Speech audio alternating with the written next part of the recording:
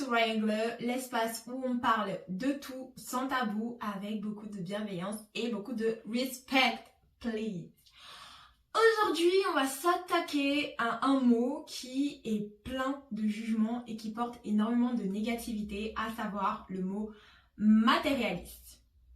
Est-ce que le fait de vouloir avoir une belle maison, de vouloir une belle voiture, de vouloir gagner plus d'argent et d'aimer les objets de qualité fait forcément de nous quelqu'un de matérialiste? Est-ce que en soi, on ne confond pas ambition et matérialisme? Concrètement, est-ce que ce n'est pas ça le problème? Et c'est ce qu'on va décortiquer aujourd'hui. Parce que pourquoi quand c'est un homme qui veut gagner plus, on parle d'ambition? Et pourquoi ce mot est souvent associé à la femme? Coïncidence? Je ne crois pas. Parce que quand une femme veut un partenaire qui est stable financièrement, on va dire d'elle qu'elle est matérialiste. Pourquoi? Et c'est ce qu'on va voir aujourd'hui. Avant de commencer, n'hésitez surtout pas à liker, à commenter comme d'habitude, à vous abonner pour plus d'épisodes et surtout plus de visibilité. Bien entendu, ça nous permet d'agrandir la plateforme et sans transition aucune, on enchaîne. Le matérialisme, de quoi parle-t-on vraiment? D'abord, il faut définir deux choses, parce que le mot matérialisme peut avoir différentes définitions. On a la première définition qui veut pouvoir dire aimer l'argent, aimer les belles choses, vouloir en fait de belles choses pour avoir un certain confort de vie. Et on a l'autre définition où le mot matérialiste veut dire je suis ce que je possède. C'est-à-dire que je définis ma valeur par ce que je possède. Là est toute la différence.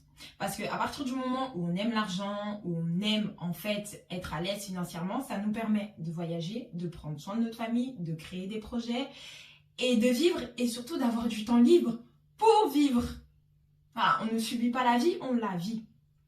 À la différence, justement, c'est que quand on se définit par ce que l'on possède, là, c'est problématique. Et le cliché de la femme matérialiste parce qu'elle veut une personne riche, parce qu'elle veut une vie de luxe, parce que les femmes ne voient que par l'argent, les femmes aiment trop l'argent, ce cliché-là a tendance à perdurer dans la société. Voilà. Ce cliché a tendance à perdurer dans la société et on va juste se poser une question. Est-ce que c'est vraiment du matérialisme ou est-ce que c'est autre chose par rapport à la femme? Pourquoi le mot matérialiste ou matérialisme a une très mauvaise réputation aujourd'hui dans la société? Il y a une raison culturelle à ça. Parce que concrètement, on nous a appris, dans beaucoup de cultures en fait, on nous a appris que l'argent corrompt. On nous a appris que les riches sont égoïstes et que les personnes spirituelles sont des personnes détachées en fait de tout bien matériel. Pour autant, on a d'autres réalités. Une personne peut être riche, mais pour autant elle peut être généreuse. Une personne peut avoir peu, pour autant obsédée par l'argent, tellement obsédée qu'elle va faire croire qu'elle possède alors qu'elle ne possède rien. En fait, le problème, ce n'est pas la possession d'objets luxueux, de qualité ou autre. Le problème, c'est l'obsession. Vraiment, quand le problème, c'est quand le fait de posséder devient une obsession. Et des fois, on s'invente des vies. Il est là le problème.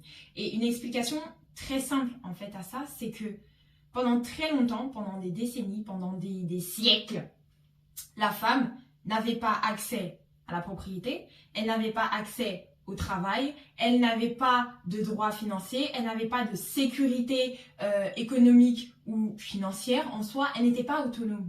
Elle n'était pas autonome financièrement. Et ça, on le sait tous. Et le mariage était la solution, parce que le mariage n'est pas une histoire d'amour de base. Ce n'est pas une histoire d'amour, c'est une histoire de sécurité financière pour la femme.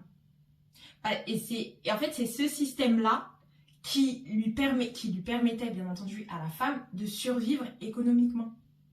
Parce que sans le mariage, La femme, elle était rien finalement, elle ne possédait rien de base. Donc si elle n'était pas mariée, économiquement, financièrement, elle était zéro, concrètement. Donc en fait, choisir un partenaire qui financièrement est stable n'était pas un caprice de la part de la femme. Ce n'était pas, non mais en fait, c'est comme ça, c'est... Non, non, non. Choisir un partenaire qui était stable financièrement, c'était une question de survie. C'était une question de survie pour les femmes à l'époque, et ce pendant des siècles et dans la plupart des cultures. Et encore aujourd'hui, ça peut encore exister d'ailleurs. Donc ce n'est pas, comment dirais-je, ce n'est pas un caprice de la femme aujourd'hui de se dire « Oh, mais en fait, moi je veux quelqu'un dans le financièrement stable, etc. » Non, parce qu'aujourd'hui, les choses ont peut-être changé. Bien entendu, les choses ont changé parce que les femmes, elles ont un peu plus d'indépendance, etc. Mais certains réflexes culturels et sociétals restent. C'est important, en fait, de comprendre que ce qu'on appelle matérialiste ou matérialisme, où les femmes, du coup, sont matérialisme, peut parfois, en fait, être la recherche de la sécurité. Tout simplement. Certaines personnes ont tendance à tomber par contre dans le piège du matérialisme excessif. Qu'est-ce que j'entends par là? Ce que j'entends par là, c'est qu'il y a des études psychologiques qui ont montré que les personnes qui ont tendance à mettre au centre de leur vie, c'est-à-dire le centre absolu de leur vie, la richesse matérielle, ces personnes-là ont tendance à être moins satisfaites dans leur vie globalement. Elles ont tendance à être plus anxieuses, donc plus sujettes au stress. Et surtout, elles ont tendance à comparer leur vie plus fréquemment que les autres à celle des autres. Pourquoi? Parce qu'en fait, la possession matérielle, donc le matériel, fonctionne par comparaison. J'ai une voiture impressionnante jusqu'à ce que mon voisin ait mieux que moi. Donc du coup, je vais aller chercher mieux que mon voisin. Pareil, la sortie par exemple d'un téléphone dernier cri. On a un exemple flagrant, c'est avec l'iPhone. L'iPhone, il y en a qui n'ont absolument pas les moyens de se payer un téléphone à 1000 €, mais ils vont se mettre dans le mal, dans le rouge, dans tout ce qu'on veut, pour aller s'offrir ce téléphone-là. Pourquoi? Parce que c'est le téléphone dernier cri. Et pourquoi? Parce qu'il faut qu'ils montrent qu'ils possèdent les dernières choses, les dernières tendances, tout ce qui est dernier cri. Il faut qu'ils montrent qu'ils ont cette, on va dire, ce luxe-là de s'offrir. Alors qu'en fait, quand tu regardes les comptes sont à moins 40 000. Tu es dans le rouge, plus. Mais c'est comme ça qu'au fonctionne en fait, justement, les personnes qui centrent leur vie autour de la richesse, du coup, matérielle. Et le problème, c'est qu'en fait, le plaisir de posséder la chose sur le coup, le plaisir, il est réel. La dopamine, elle fonctionne très très bien. Mais ce plaisir-là, il est court. C'est réel, mais c'est court. Et le problème, c'est qu'en fait, quand tu es comme ça et que tu mets toute ton identité autour et au centre de la satisfaction finalement matérielle, plaisir court, mais plaisir quand même, mais ce n'est pas bon parce qu'en fait, la sécurité, ce n'est pas le luxe. La sécurité, ce n'est absolument pas le luxe. Pourquoi? Parce qu'en fait, il faut distinguer deux choses. On a effectivement des personnes qui sont effectivement dans le matériel, mais on a les personnes qui cherchent en fait la richesse excessive. Pourquoi? Pour le statut, pour le prestige, pour prouver aux autres qu'on est mieux, prouver aux autres qu'on a réussi mieux, prouver aux autres qu'on est mieux que les autres. Voilà.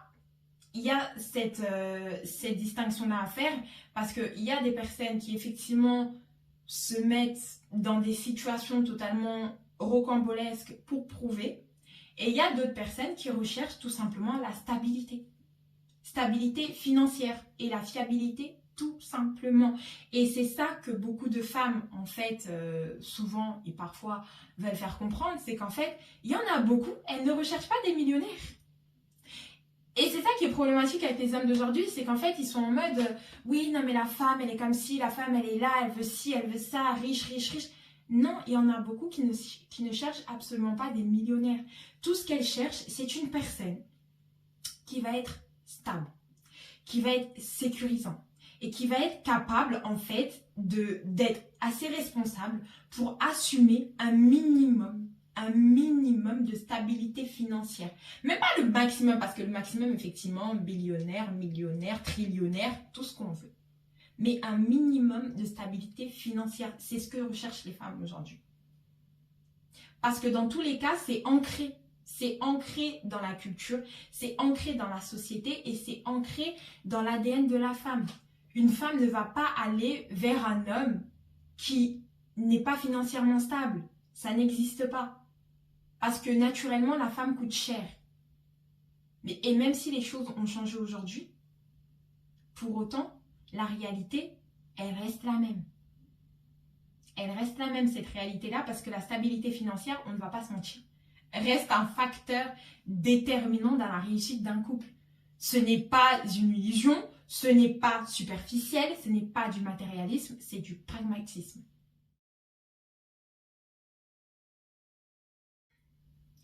Par contre, faire attention, parce qu'il y a aussi l'autre extrême. Parce qu'à l'inverse, le fait de diaboliser l'argent peut être tout aussi toxique. C'est-à-dire que l'argent ne fait pas le bonheur, par exemple. Oui, mais l'argent contribue à faire ton bonheur. Pourquoi ? Parce que la précarité, en fait, ne te permet pas d'avoir des opportunités. Et surtout, le fait de ne pas avoir d'argent t'apporte énormément de stress dans tous les aspects de ta vie. Parce que ça peut détruire énormément aussi de relations, que ce soit familiales, amoureuses, professionnelles. Le fait de, le manque de moyens ne nous permet pas de vivre dignement. Et le fait qu'on soit dans une société matérielle, il est normal de vouloir du matériel. Je veux dire, en fait, c'est une logique. Dans un monde matériel, il faut du matériel. C'est comme ça. Et le fait de dire, oui, mais moi, j'ai pas besoin de ça, dans ce cas-là, va dans la forêt, vis dans la forêt. Avec le... Mais il y en a qui le font, hein, il y en a qui le font. Mais on ne va pas se mentir que dans la société d'aujourd'hui, la société telle qu'elle continue à être construite, c'est en fait, ça pousse effectivement les personnes à vivre avec un peu plus de matériel chaque jour.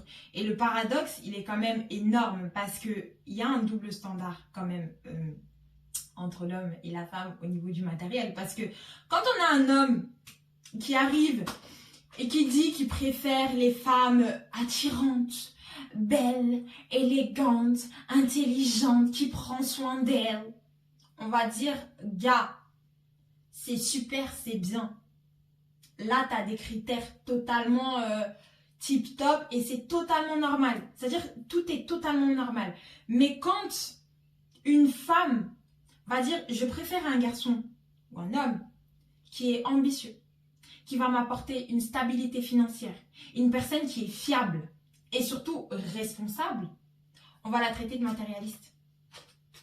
On va la traiter de matérialiste. Pourquoi l'apparence serait un critère valable, mais pas la sécurité financière d'une vie finalement? Pourquoi l'apparence est OK, mais quand on parle de sécurité financière, de stabilité financière, c'est pas bon. Et il est là le problème dans la société et son double standard aussi. La vraie question concrètement, c'est pourquoi tu veux ces choses-là? Et c'est peut-être là le cœur du sujet. Pourquoi tu veux ces choses-là? Est-ce que c'est pour impressionner? Est-ce que c'est pour combler un vide? Est-ce que c'est pour concrètement mettre ta famille à l'abri? Est-ce que c'est pour compenser un manque? Parce que l'intention change tout. Le matérialisme devient problématique à partir du moment où tu as envie de combler un vide. Et il est là, en fait, le problème, le cœur du sujet, c'est ça. C'est que quand l'objet devient une béquille pour combler quelque chose.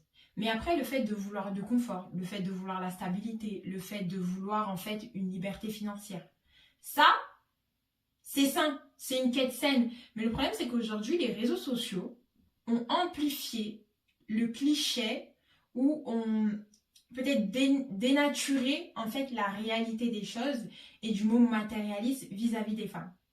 Parce que maintenant, en fait, sur les réseaux sociaux, on a les influenceuses, les lifestyle, de luxe, la recherche ou la culture du high value man.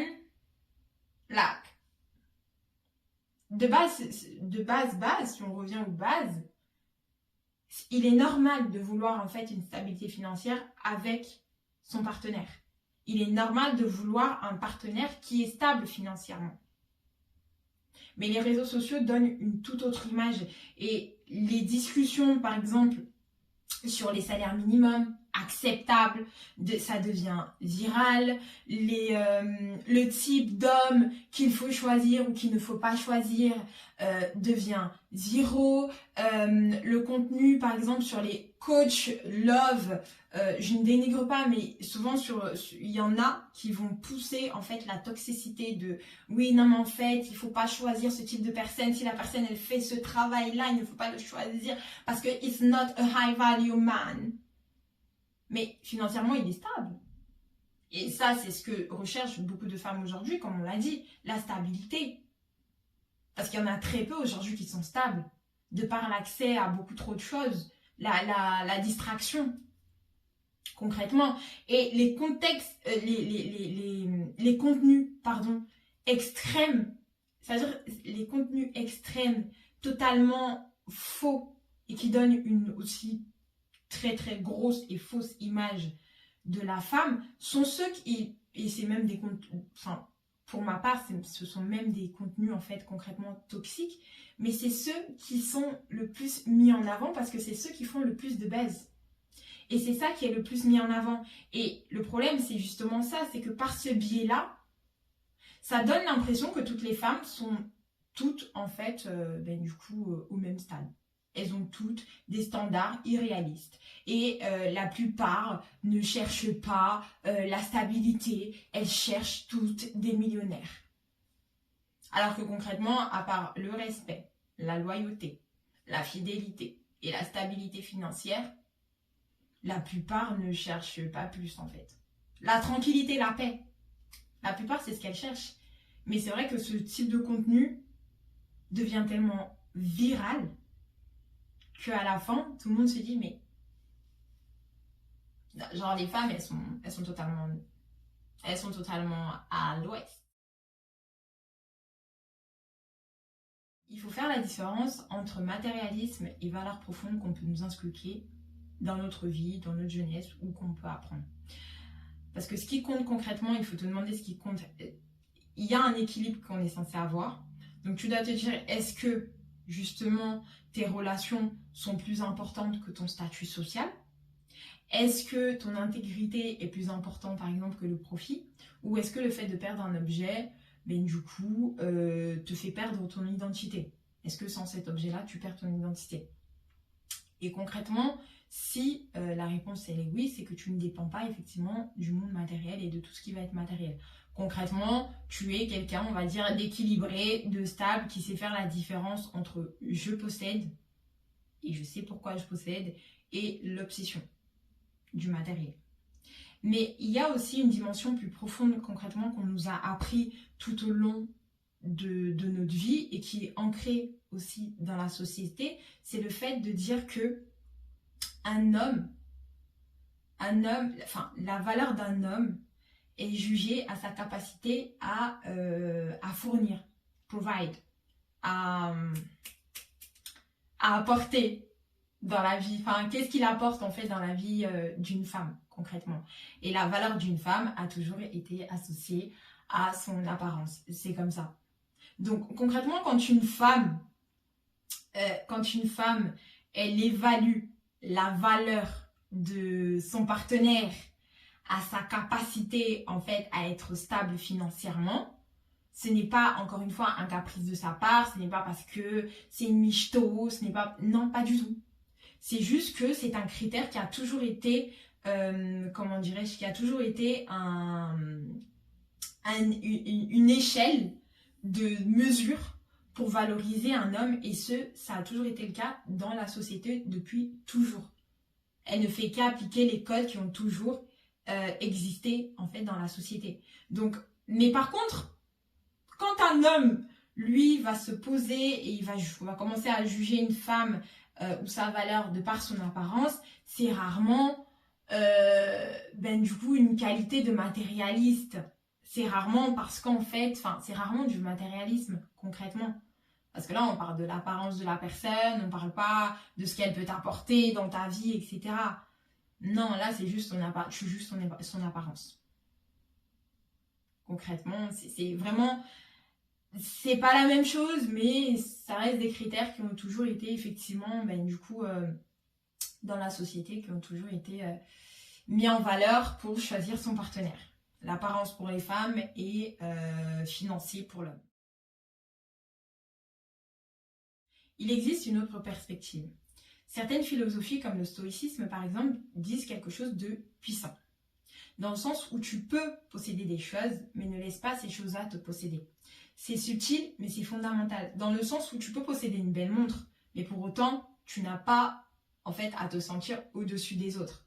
Tu peux réussir financièrement, mais pour autant, sans écraser les autres. Et en fait, le danger n'est pas dans le fait de posséder l'objet. Le danger est dans le fait de l'obsession que tu mets dans l'attachement de cet objet. Donc, le danger est dans l'attachement de l'objet et l'obsession que tu en fais. Parce que concrètement, est-ce qu'il existe des femmes matérialistes? Oh oui! Oh oui! Il y a effectivement des femmes matérialistes, comme il existe des hommes matérialistes aussi. Les hommes matérialistes existent aussi. Donc en fait, il faut arrêter d'attribuer ce mot qui, la plupart du temps, est négatif aux femmes. Parce que femmes comme hommes, les deux genres existants, sont matérialistes. Et c'est comme ça. Certaines personnes, en fait, recherchent uniquement le confort, le luxe, le statut social. C'est réel. C'est vrai. Il faut de tout pour faire un monde. Mais pour autant, comment dirais-je, mettre toutes les femmes dans cette catégorie-là, c'est simpliste et c'est injuste. Et surtout qu'en fait, c'est une généralisation qui est basée sur des cas extrêmes. Sur des cas extrêmes illustrés, en plus de ça, comme on l'a vu tout à l'heure, dans des vidéos totalement, toxiques et fausses. Alors, être matérialiste, finalement, est-ce mauvais? Ça dépend. Ça dépend parce que si le fait, en fait, d'être matérialiste veut dire que tu apprécies les belles choses, que tu recherches ton confort, tu apprécies ton confort, que tu aimes la qualité et surtout que tu veux réussir, bah non. Être matérialiste, c'est pas du tout mauvais, navré. Mais par contre, si être matérialiste, c'est tu te définis par ce que tu possèdes, que tu compares constamment ta valeur à celle des autres et surtout que tu préfères sacrifier tes relations pour pouvoir accumuler, alors oui, être matérialiste est mauvais. Ça, en tout cas, ça peut être mauvais. C'est juste une question d'évolution au niveau sociétal, au niveau social. Mais aujourd'hui, on ne va pas se mentir que de plus en plus de femmes sont indépendantes financièrement. Et il y a énormément d'études qui montrent que plus les femmes deviennent indépendantes et plus elles ont besoin d'avoir à leur côté une personne qui est à la même hauteur au niveau financier. C'est-à-dire que une femme qui réussit au niveau sociétal, qui est bien financièrement, qui a une stabilité financière, elle a besoin d'avoir en face d'elle un homme qui est à sa hauteur au niveau financier. Et c'est totalement logique. C'est totalement logique. Parce qu'à un moment donné, plus on est stable, plus on a besoin de quelqu'un de stable. Et plus une personne est instable, plus elle va aller chercher quelqu'un qui est tout aussi instable et qui va valider son instabilité ou sa médiocrité. Et c'est comme ça. Donc, ce n'est pas parce qu'aujourd'hui, la société est plus moderne, que les relations sont un peu plus modernes, que du coup, la compatibilité n'existe plus. Non, du tout. Parce que, en fait, du coup, ce n'est pas du matérialisme, finalement, c'est de la cohérence. C'est de la cohérence. Quand la femme n'avait rien, il est normal, en fait, que pour une question de sécurité et de survie, elle aille chercher quelqu'un qui a. Mais aujourd'hui, elle aussi est là. Parce que la société a évolué. Aujourd'hui, elle aussi est là. Donc, elle va aller chercher quelqu'un qui a aussi. C'est cohérent. Le vrai danger, ce n'est pas de vouloir la stabilité. Le vrai danger, c'est de se dire que la valeur humaine se résume uniquement à des chiffres. Et ça, ce n'est pas un problème féminin, c'est un problème de société. Pourquoi ? Parce qu'aujourd'hui, la réussite, elle est exposée. Le succès, il est visible et la comparaison, elle est constante. Et ça affecte tout le monde. Mais du coup, on peut se dire, mais à ce moment-là, à partir du moment où la richesse, tout ce qui va être matériel, etc., peut enrichir une vie, pourquoi le mot matérialisme est toujours associé à la femme? Pourquoi on dit toujours que les femmes sont matérialistes? Tout simplement parce que depuis très longtemps, leur sécurité est liée à celle des hommes. Est liée à l'homme. Et les réseaux sociaux, aujourd'hui, non seulement reprennent ça, ils le reprennent de manière, on va dire, un peu plus vicieuse quand même, parce que ce sont les cas extrêmes qui sont mis en avant de manière beaucoup trop vicieuse, pour donner une image aussi biaisée, concrètement, des besoins de la femme, au niveau financier. Et c'est ça qui est concrètement nul, parce que en soi, en somme, on va pas se mentir que la vraie question, ce n'est pas en fait de est-ce que la femme elle est matérialiste ou pas, parce qu'on sait que la femme elle est matérialiste et c'est normal d'être matérialiste dans un monde matériel. Mais l'homme est tout aussi matérialiste. Mais le fait est que comment dirais-je, on juge toujours l'homme différemment de la femme. C'est-à-dire que quand l'homme va avoir des critères, on va dire que c'est normal. Mais quand la femme va avoir des critères, oh, c'est une matérialiste. Ben non, en fait, ce n'est pas une matérialiste. C'est juste une personne qui a besoin de stabilité, de confort, tout autant que l'homme. Et le problème, c'est qu'en fait, aujourd'hui, la société confond sécurité et superficialité. Et il est là le vrai problème, en fait. Et on arrive à la fin de cet épisode. J'espère qu'il vous aura plu. N'hésitez pas à nous dire ce que vous en pensez en commentaire, de liker, de vous abonner et de partager également. Pour autant, je vous retrouve une prochaine fois pour un nouvel épisode. Je vous fais des bisous. C'était Lily.